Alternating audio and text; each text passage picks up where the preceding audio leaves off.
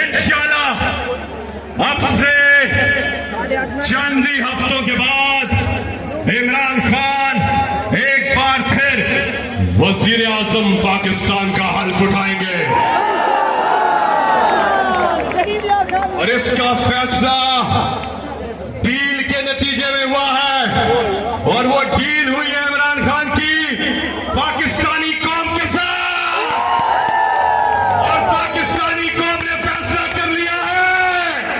रहीम खान बताओ फैसला किया, कौन बचाएगा पाकिस्तान?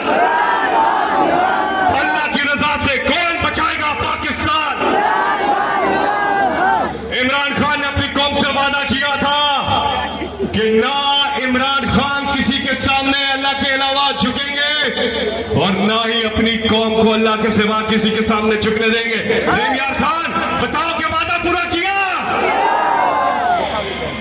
तो शायर ने कहा कि न शेर की दहाड़ से न शेर